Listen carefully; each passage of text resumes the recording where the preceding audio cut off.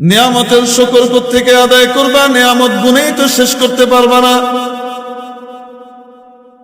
সাপ, বিচ্ছু, ইঁদুর, কেঁচো আর কেল্লুই বানাতে পারতেন, চেলা বানাতে পারতেন। কোনো আবেদন করি নাই, কোনো অ্যাপ্লিকেশন করি নাই, কোনো দরখাস্ত করি নাই, তারপরেও রব্বুল আলামিন দয়া করে আশরাফুল মাখলুকাত মানুষ বানালেন। এটা কার দয়া? মানুষও আবার দুই প্রকার।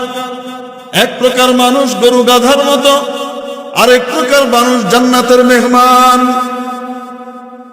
এক প্রকার মানুষ নরকের কীট, আরেক প্রকার মানুষের মর্যাদা ফেরেশতার চেয়ে বেশি।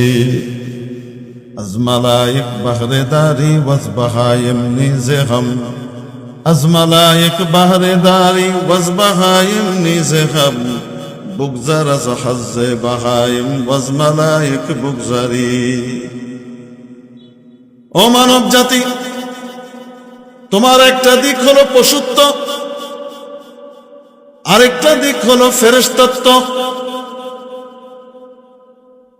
পশু দুনিয়াতে হাগামতা করে, খাওয়া দাওয়া করে, ঘুমায়, উঠা বসা করে, চলাফেরা করে, মানুষও করে।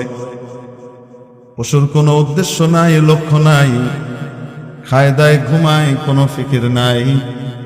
যে মানুষের জীবনেও লক্ষ্য নাই, উদ্দেশ্য নাই, মাবুদের ইবাদতকে সে নিজের জীবনের উদ্দেশ্য বানায় নাই, সেই মানুষও ওই পশু পাখির মতো, ওই হায়ওয়ান জানোয়ারের মতো। মাবুদ বলেন বরং তার চেয়েও নিকৃষ্ট, তার চেয়েও নিকৃষ্ট। ওয়ালাকাদ দারানা লিজাহান্নামা কাসীরাম মিনাল জিন্নি ওয়াল ইনস, নিশ্চয়ই আমি তৈরি করেছি বহু সংখ্যক মানুষ এবং জিনকে জাহান্নামের উপযুক্ত করে, তাদেরকে জাহান্নামের খোরাক হিসেবে তৈরি করেছি।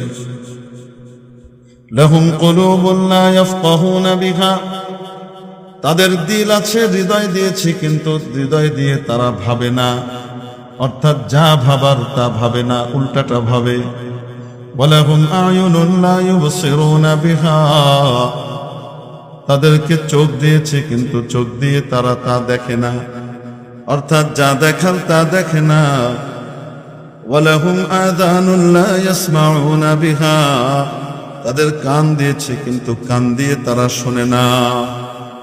উলাইকা কাল আনআম বাল হুম আদাল, এরাই হলো চতুষ্পদ জন্তু জানোয়ারের মতো, বরং তার চেয়েও বিভ্রান্ত, নিকৃষ্ট। মেরে মুহতারাম দোস্ত, তাহলে মানুষের একটা দিক হলো পশুত্বের দিক, আরেকটা দিক হলো ফেরেশতাত্বের দিক। ফেরেশতার মৌলিক বৈশিষ্ট্য আর গুণ হলো লা ইয়াসুনাল্লাহা মা আমারহুম ওয়া ইয়াফআলুনা মা ইউমারুন, তারা আল্লাহর কোনো নাফরমানি করে না। আল্লাহ তাদেরকে যা আদেশ করেছেন সেটা পালনে তারা নাফরমানি করে না, এবং যা আল্লাহ আদেশ করেন সেটা তারা পরিপূর্ণভাবে পালন করে। আল্লাহর আদেশগুলাও পালন করে, নিষেধগুলাও মেনে চলে। এটা হলো ফেরেশতাদের গুণ। এই গুণ যদি মানুষ অর্জন করতে পারে, মানুষ যদি এই গুণে গুণান্বিত হয়, আল্লাহর মাসিয়তও করে না, আল্লাহর নাফরমানিও করে না, আর আল্লাহর তাআত আর ইতাআতে, ইবাদতে কথা মতো নিজের জীবনটাকে উৎসর্গ করে, তাহলে তার মর্যাদা ফেরেশতার চেয়েও অনেক বেশি বেড়ে যায়। তার মর্যাদা এত উপরে চলে যায়, কিয়ামতের দিন যখন সে ময়দানে মাহশারে হাজির হবে, ফেরেশতারা তাকে ইস্তেকবাল করে নিয়ে যাবে, অভ্যর্থনা জানিয়ে নিয়ে যাবে, এসকর্ট করে নিয়ে যাবে, চারিদিক থেকে বেষ্টন করে সম্মানের সাথে এগিয়ে নিয়ে যাবে। ওয়াসিকাল্লাযীনা ইত্তাকাউ রাব্বাহুম ইলাল জান্নাতি যুমারা, যারা আল্লাহকে ভয় করত, তাদের রবকে ভয় করত, তাদেরকে জান্নাতের দিকে দলে দলে ইস্তেকবাল করে নিয়ে যাওয়া হবে। কারা ইস্তেকবাল করবে বলেন না কেন? ফেরেশতারা। তো মর্যাদা কার বেশি হইল? আজমালাইক বাহরে দারি ওয়াজ বাহাইম নিজে খাব বুগজার আজ হাজে বাহাইম ওয়াজ মালাইক বুগজারি। হাইওয়ান জানোয়ারের স্তরকে পার করে যাও। হাইওয়ান জানোয়ার কোনো হালাল হারাম বুঝে না, বিধি নিষেধ বুঝে না, বুঝে না কি? হাইওয়ান জানোয়ারকে আপনি বেঁধে দিয়েছেন নিজের ক্ষেতের মধ্যে দিয়ে, তারপরে খোঁটা মেরে দিয়ে বলে দিয়েছেন খবরদার পাশের খেতে যাবি না, ওই আইলের ওই পারে আরেকজনের, ওইটা তোর জন্য খাওয়া হারাম নিষেধ, ওইটাতে যাবি না, তুই এই খেতেই থাকবি। জানোয়ার এই কথা মেনে চলে তো? বলেন না কেন? হালাল হারাম বুঝে না, হালাল হারামের কোনো পার্থক্য করার ক্ষমতা তার নাই। হাইওয়ান জানোয়ারের অবস্থা হলো এই। দুনিয়াতে যে সমস্ত মানুষকে রব্বুল আলামিন হালাল হারাম বুঝবার ক্ষমতা দেওয়ার পরেও তারা হালাল হারামের তমিজ করে না, জানোয়ারের মতো জীবন কাটায়, এই সমস্ত ব্যক্তি জানোয়ারেরও অদম, ঠিক কিনা? জানোয়ারের এই সমস্ত কাজকর্ম বাদ দিয়ে যদি তুমি আল্লাহর হুকুম নবীর তরিকায় নিজেকে নিয়োজিত করো, যদি ফেরেশতার গুণ অর্জন করতে পারো, তাহলে ফেরেশতার চাইতেও অনেক উপরে চলে যাবে। মানুষের মর্যাদা ফেরেশতার নিচে না ফেরেশতার উপরে? সাধারণ মানুষের মর্যাদা, সাধারণ ইমানদার নেক আমলওয়ালার মর্যাদা সাধারণ ফেরেশতার উপরে, বিশেষ ইমানদারের মর্যাদা, বিশেষ ব্যক্তি, বিশেষ আল্লাহওয়ালাদের মর্যাদা বিশেষ ফেরেশতাদের উপরে। নবীদের মর্যাদা বিশেষ বড় বড় ফেরেশতাদের উপরে।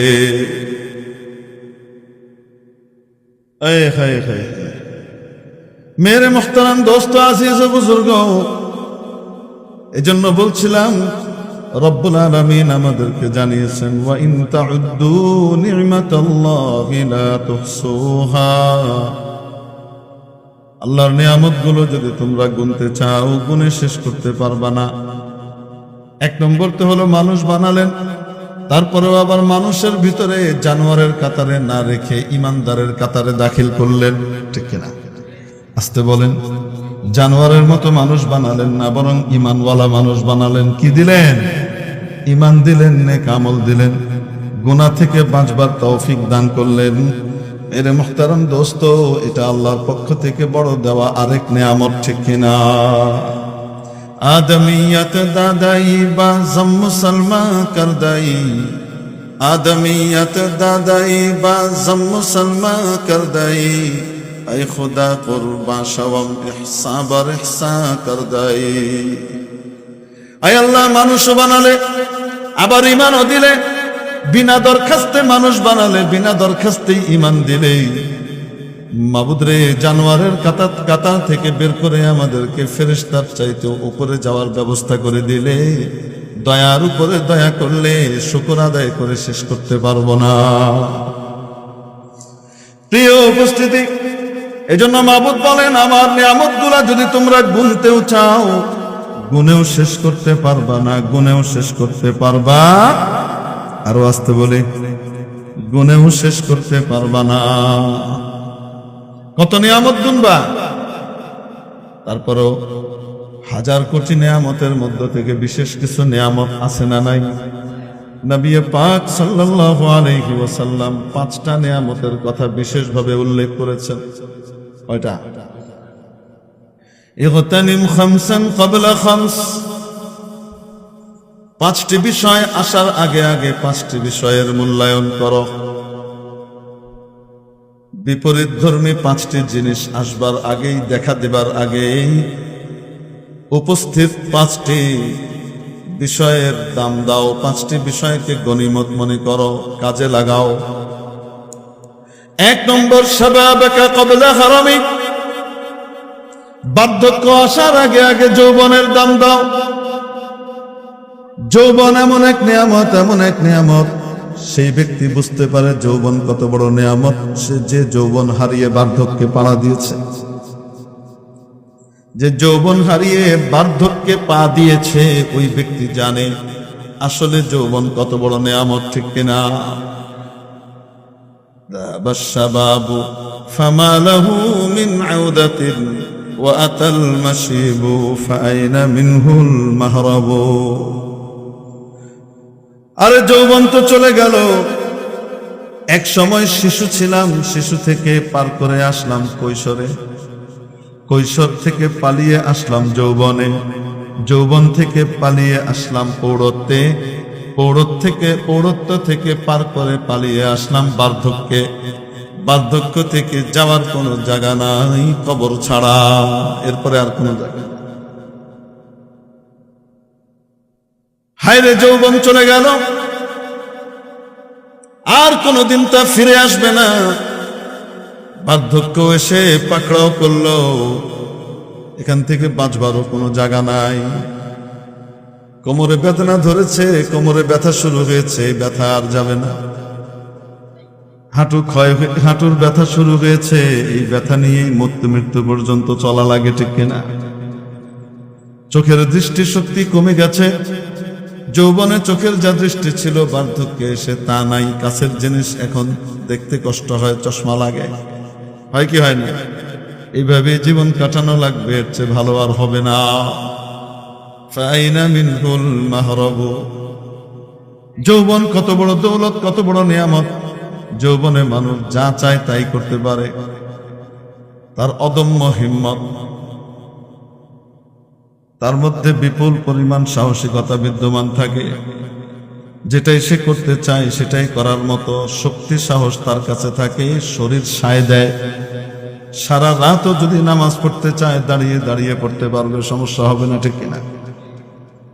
সারা রাত দাঁড়িয়ে নামাজ পড়তেছে, পায়ে ব্যথা হবে না। বার্ধক্য চলে আসার পরে আধা ঘন্টা দাঁড়িয়ে থাকাও কষ্ট হয়ে যায়, পা ফুলে যায়। অবাস্তব না বাস্তব? যৌবন দিয়ে জান্নাত কামানো যায়। নবীজি সাল্লাল্লাহু আলাইহি ওয়াসাল্লাম হাদিস শরীফের মধ্যে ইরশাদ করেন, কিয়ামতের দিন 7 ধরনের ব্যক্তিকে আল্লাহর আরশের ছায়ায় জায়গা দেয়া হবে, যেদিন আল্লাহর আরশের ছায়া ছাড়া আর কোনো ছায়া থাকবে না। ফ্যানটা ঘুরিয়ে দেন, ঠান্ডা লাগছে বলে তুমি বাতাসের দিকে ঘুরিয়ে দিতে বলেছি। বিলকুল, জি জি জি, অবশ্যই জানাজা হবে। কোথায়? জি, জানাজা হবে। আমরা জানাজা পড়ে তারপরে আবার বয়ানে আসবো। এটাই তো, আমরা সকলেই মসজিদে চলে যাই, জানাজা হবে। জানাজার পর ইনশাআল্লাহ আবার আমাদের মজমা শুরু হবে ইনশাআল্লাহ।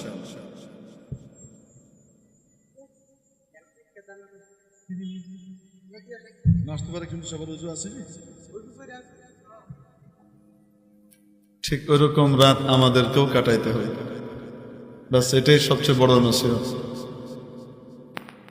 তো রাসূল পাক সাল্লাল্লাহু আলাইহি ওয়াসাল্লাম হাদিস শরীফে বলেন, কেউ যদি,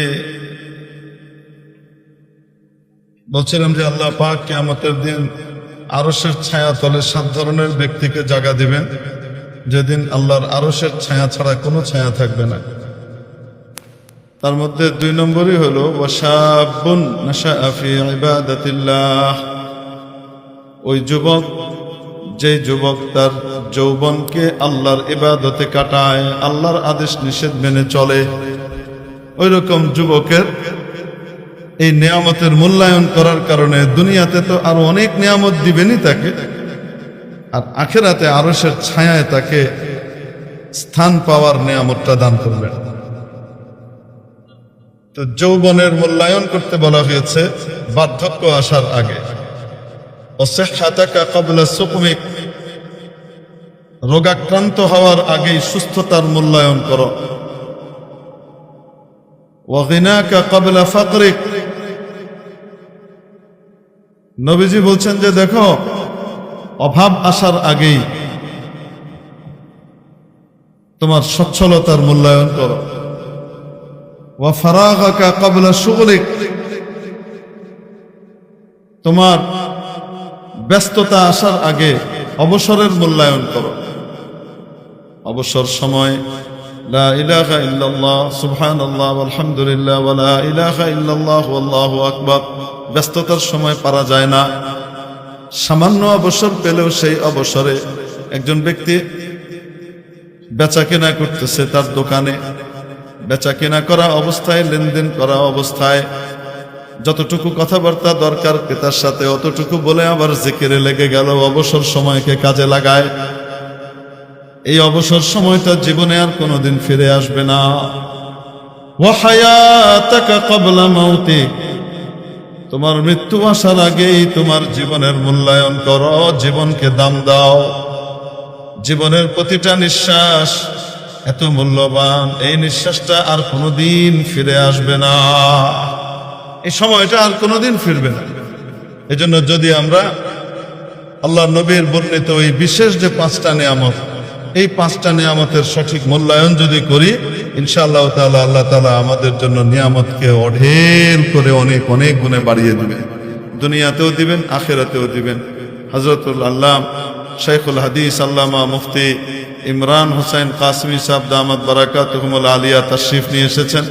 হযরতের বয়ান শোনার জন্য আপনারা অধীর আগ্রহে অপেক্ষমান, আপনারা পাগল হয়ে আছেন, আমরা সকলেই জানি। আবার তার আগে আমাদের আরেক শেখ সামান্য আলোচনা করবেন, তারপরেই হযরত শাইখুল হাদিস সাহেব আল্লামা ইমরান কাসমি সাহেব তাশরিফ নিয়ে আসবেন। এজন্য আমরা প্রত্যেকে জমে বসে বয়ান শুনি, নিজের জীবনকে এই কথাগুলো অনুযায়ী কাটাবার জন্য নিয়ত করি। ওয়া আখিরু দাওয়ানা আলহামদুলিল্লাহি রাব্বিল আলামিন।